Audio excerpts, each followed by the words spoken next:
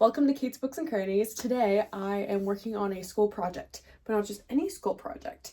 I am taking part in a novel writing class, and I may have made a mistake. I was in class yesterday. We get to the part where she talks about the assignments. And I was like, oh, I have a question. So are we writing, so we're writing 15,000 words. So I'm like, are you writing the first 15,000 words of the story, or are we just writing like a novella? She's like, no, you're just writing 15,000 words for the beginning of the story. To her, a novel begins at 80K words. If you didn't know, it's a lot of words. A lot of words. Like the novel I'm writing right now is going to be 50K for the whole thing so far. That thing's going to need a lot of work though, so, and it's a middle grade. So adult books are generally around 80K. So it makes sense. And she's like, so we're also, you don't need to submit something by Monday. You're going to do a map for your whole story world, whatever genre you choose, whether it's contemporary or setting, or if it's fantasy, etc., etc. You'll need 5 characters and 3 details about each of those characters. And you're going to need to give me 2 paragraphs of the outline of your novel. Words that come out of her mouth, you guys should have been brainstorming this for the past few weeks. If you can't tell, I have not been brainstorming for the past few weeks. I mean, I should have expected. This is a novel writing class, so I should have already been like brainstorming. I'm kind of brainstorming, so I have like a vague idea of what I want to do, but I don't know characters. I don't know setting. I barely know any plot. And I need it all by Monday. And today is Wednesday night. So come along with me for a little vlog of trying to brainstorm this novel and get a plot going and get the characters going. But today and tonight is just all about brainstorming and getting ideas and maybe just having a foundation for my stories. So first thing first is I'm going to draw inspiration. So I draw inspiration by making playlists, listening to music, and honestly looking at examples of things that have been done before, whether that be movies or books. But first, let's look at some book inspo. So let's go to my bookshelf and see what kind of books kind of match the vibe that I'm thinking. Before I begin perusing my bookshelves, I will tell you the vibe of the store I'm going for. So I'm kind of going like Studio Ghibli, chill, contemporary novel. I have done fantasy, but I need to work on simple and quiet storytelling. So I need to work on telling a good story without all the action. The way when I get to telling all the action, I can create like a good, they call it like an A story and a B story. So basically that's like the internal conflict the character's going through, and then there's also this outer, like we're defeating the big villain. So I'm gonna work better on figuring out the stuff inside. You know what I mean? There's some other books I was thinking of, so let me go to the bookshelf and grab my inspo. See what I got here. Apologize for the mess. Ignore it. Okay. So this is my bookshelf. Got all these books. So down here is just like random notebooks. Manga. We don't really need manga right now. Wait a minute. Actually, no, wait a minute, that's not it. Wait a minute. Oh, it's on the very bottom. Give me a second. Okay. I'm trying to find, because I read a manga recently that my brother recommended, and it was actually good. And it was very slice of life, which is what I'm going for. Ooh, blue box is good. And free. And I just grab a couple different ones here. I'll fix this later. I'm sure my later self's gonna be so happy I messed up my manga bookshelf. Okay, so we got some inspo here. Okay, let's look at my other stuff. So this is what we got here. Not really feeling maybe the Vanderbeekers a little bit. I kind of like Vanderbeekers. It was okay. I mean, I liked it, but I don't know. Spilling Ink was kind of cute. Frindle was cute. Haven't read this one. Free Jacks was pretty good. That one just made me cry. Literally. Just made me cry. Okay, now let's look up here. So, ooh, that one was a funny book. Not so great French Escape. I'm short. That was the first book I fell in love with. Actually, I'm going to grab this because that is a good one. Sorry, I'm stuffing all these books under my arm as I speak. Ichabod. Oh my gosh. Not the vibes we're going for, but like, bro, that book was so good. Ooh, also a great one. Highly recommend this book. He's actually rewriting the book right now, and he's resubmitting it to agents, so pretty cool. Check him out. He's cool. Ooh, I like Millie Florence. I wish I had her other book here. Really like her new book, and that has totally the vibes I'm going for, but it is a fantasy, so I think I'll go ahead and grab this just like to have it in my memory. Let's drop off these books at my desk real quick. There we go. Leave those there. Okay. Top shelf time. Okay, so we have Murdoch. Definitely not. I haven't read that book. Not the vibes. Not the vibes. Ooh, that was a good one, but not really the vibes. Great one, not the vibes. That close. Very close, but not quite. Wistress, a little bit maybe. definitely not that. This, no, none of these really have the vibe. So we're gonna go to my bookshelf. It is so dark in here. I'm gonna turn on my main light, so sorry if this is kind of crazy. Okay, there we go. I apologize for the bad lighting. This is kind of what we got here. So I have classics. Homer, not really. Grimm, no. I mean, Pride and Prejudice, maybe? I think, oh, maybe. I'll grab it just to get some inspiration. Harry Potter, not really the vibe here. I like the coziness of Wingfoot Saga, but that's kind of not really what I'm going for. Keeper Lost Cities, maybe a little bit, mainly like the characters I could draw inspiration from. So I'll go ahead and grab the first book from Keeper. Those are all the books I haven't read yet and I've wrapped up, so we're gonna ignore that. Let's go down here. Okay, this is the book that really is going to be a huge inspiration, is Love and Gelato. That's going to be the closest thing I can think of to what I want to write, probably. The False Prince, not really. Dust probably would be a good one if I can find it. Where is Dust? Oh no, did Dust fall? Wait, oh no. I need to look back. Guys, we gotta rescue her. She's over the edge, no. And she's a signed copy too. This totally wasn't my brother who probably did that. Anyway, Float, maybe a little bit. I'll go ahead and grab Float just because I love it so much and it has kind of those slice of vibes I'm going for a little bit. Ooh, Titanium Ticket, that would probably be closer to the vibes as well. They have some really good storytelling on that one. Okay. That's not really it. And these are cool, but just not really it. Okay, so I think I've got, oh, wait a minute. I found, guys, I missed a shelf. Okay. Oh, yes. Absolutely this. Okay, we're gonna grab both of these, because why not? No. Still reading that. No.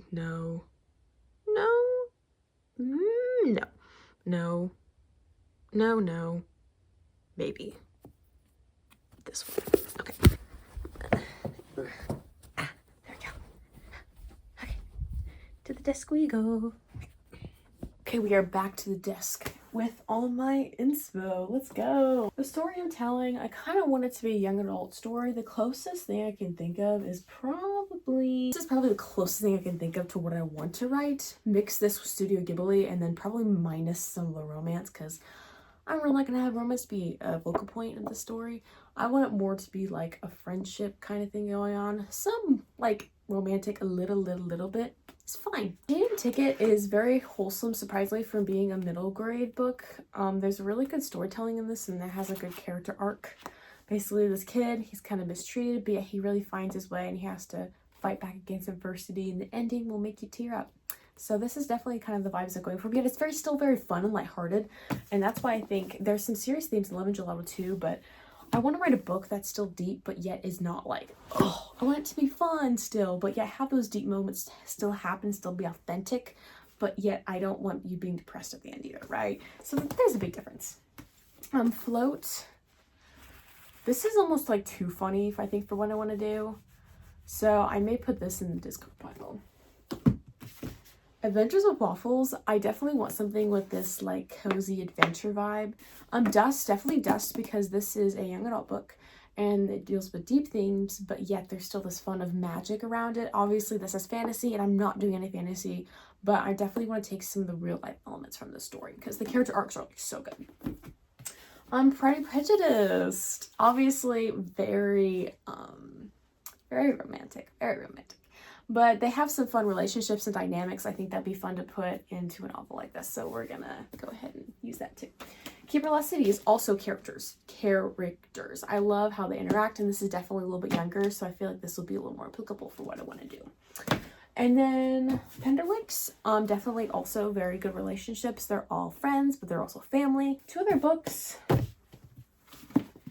So we have Short, and then we have Millie Florence's book. Obviously, Millie Florence, I said I really love her writing style. It's very whimsical and light, but yet she still deals with these deep topics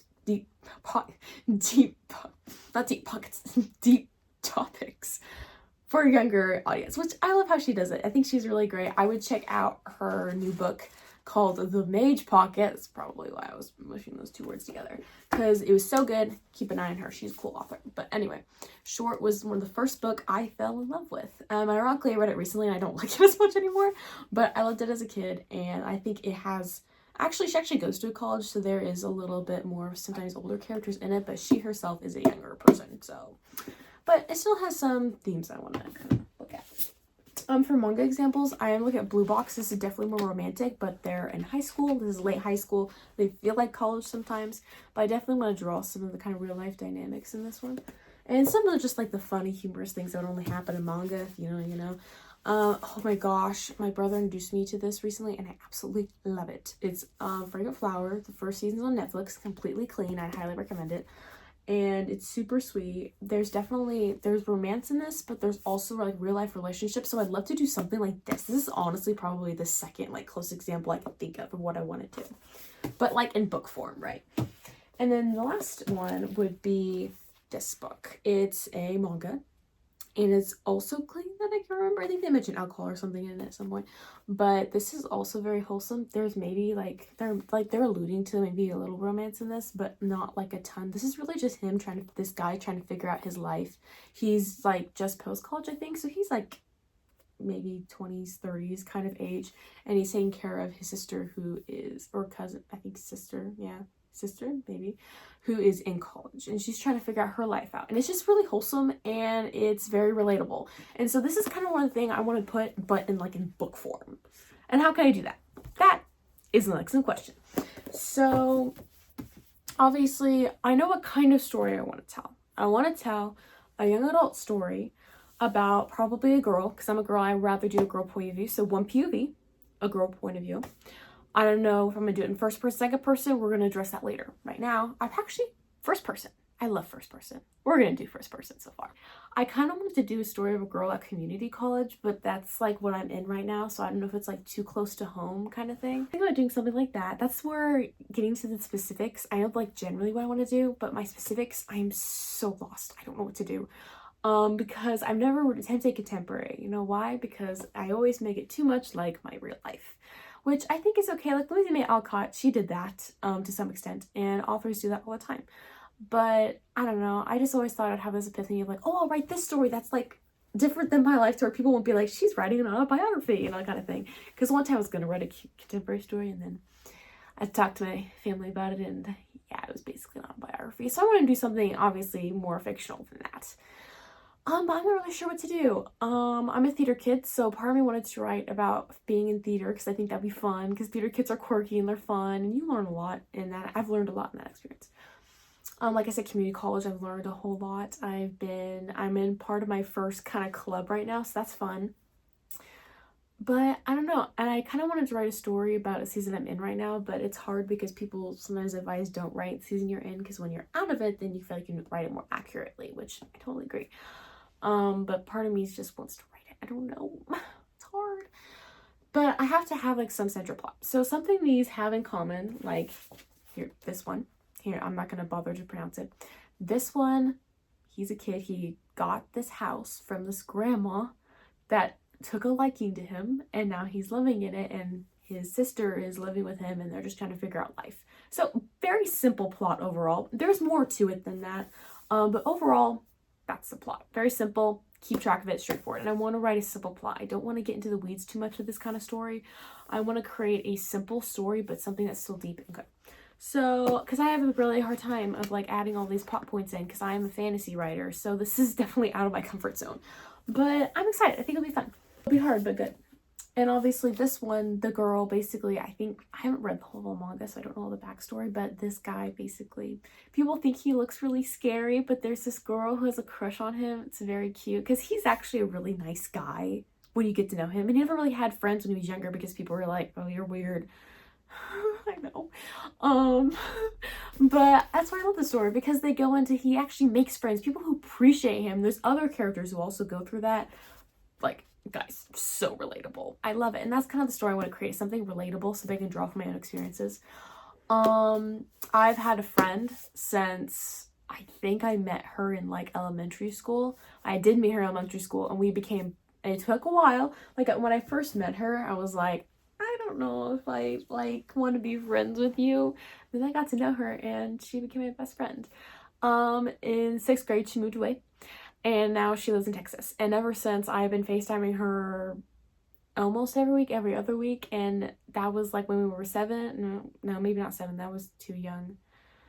Maybe 11. So I'll say 12. So since we were 12, we have been FaceTiming, and now I am 19 years old. So that's pretty cool and that's pretty crazy. So I'm tempted to have a character on the side that she like calls, maybe not FaceTime, so someone she calls and she kind of updates throughout her life, maybe to someone to kind of update throughout all the craziness going on. A book that I honestly did that a little bit. I didn't bring it down, but it's called Dearest Josephine. It's by Caroline George. And it's a novel that goes by text messages, emails, and letters, and actually like a little novel in there. It's really sweet. I would also recommend checking it out because it's very deep also, as well. But in it, she has a best friend that she messages and she texts and she emails and, you know, she calls. So that kind of thing. So I could do something like that. Another thing that I'm kind of nervous about for the story, there's not really like a structure specifically she wants us to follow. As you could, if you can't tell, sometimes I like structure. Even in my life, I have daily to-do lists. But I'm also trying to be more flexible. So if you can't tell, I'm very much overthinking this, and I'm just trying to figure out what the heck to write about.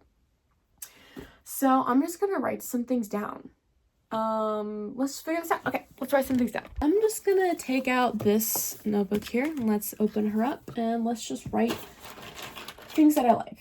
Because that's one thing they do recommend for writing exercises, is to write about things that you know and things that you like. So we're gonna say ideas for novel.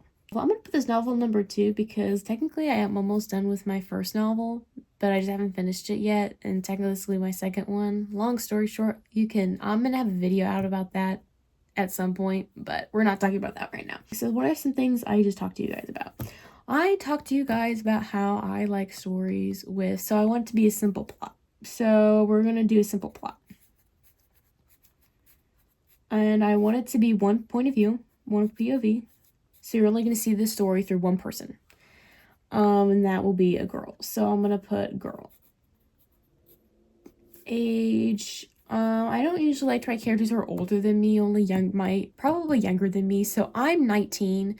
So I could do maybe like 16, age maybe 16 to 18. And it's going to be in first person. Past tense. I'm just going to try to make this as easy for me as possible because this is going to be a hard story to write in a sense. I'm going to have to write 15K in like 3 weeks, which is, I might have already done that before. I honestly don't remember, but I want to make this as easy as possible since I'm doing a genre I am very unfamiliar in. Okay. So that's what I know for sure. I'm going to do those things. Because obviously there's always like a general theme of the story, but I'm just going to write some things. I'm like, okay, I want this in the story. So friendship. Friendship's a good theme. What are some of those things that have in common simple stories that are good? Obviously, simple stories don't have like a ton of action per se, but it's always stuff that matters a lot to the main character. So what matters to this main character? So what kind of main character do I want to create? That's an excellent question. I have no idea.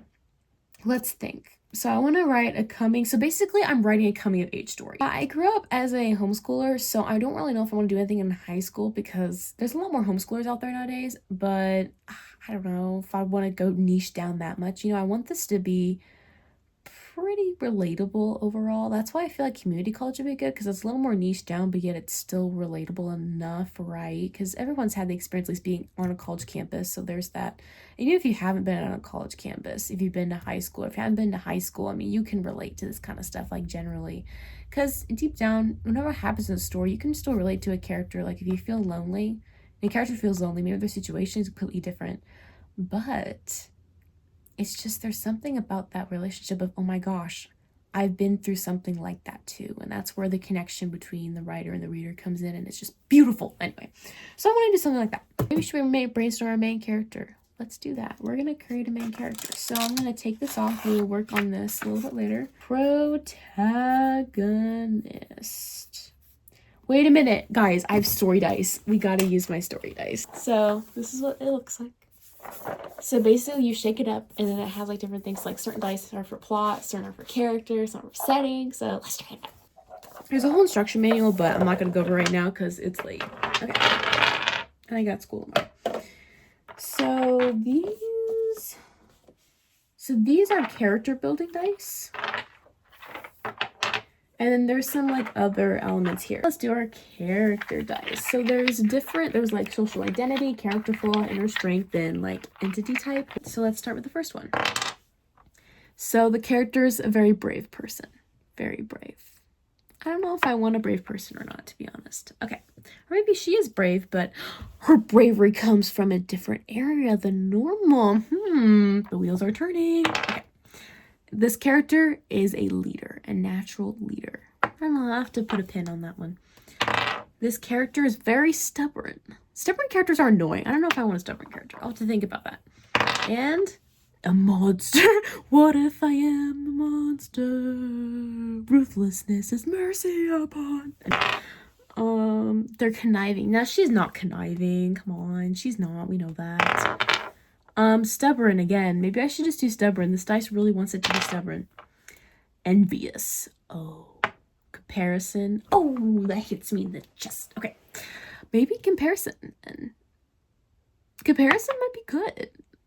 Maybe I'll do comparison. Oh, there's delusional in here. That's hilarious. Common folk.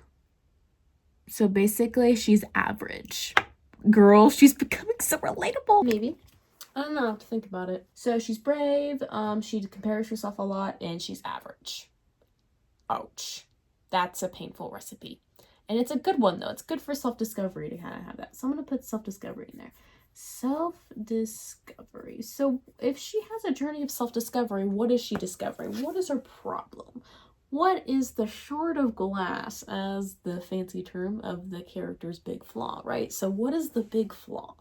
Obviously, she compares herself. So that's a flaw. Do I want that to be the main flaw of the story, or just like a little like tiny chip in her armor, but there's a bigger crack, right? That kind of thing. I don't want a sassy, prideful main character. This is not the kind of story I want to tell.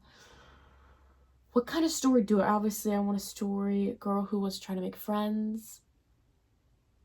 I might have gotten it. It hurts my soul, and I think I might have gotten it.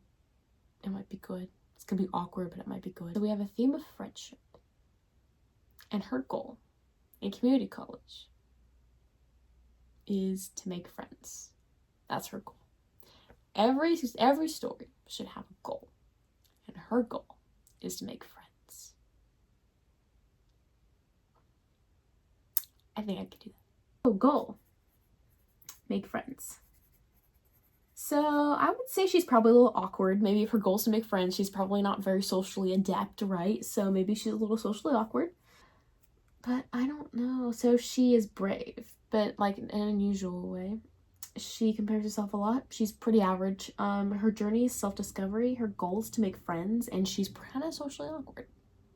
So what are her redeeming qualities?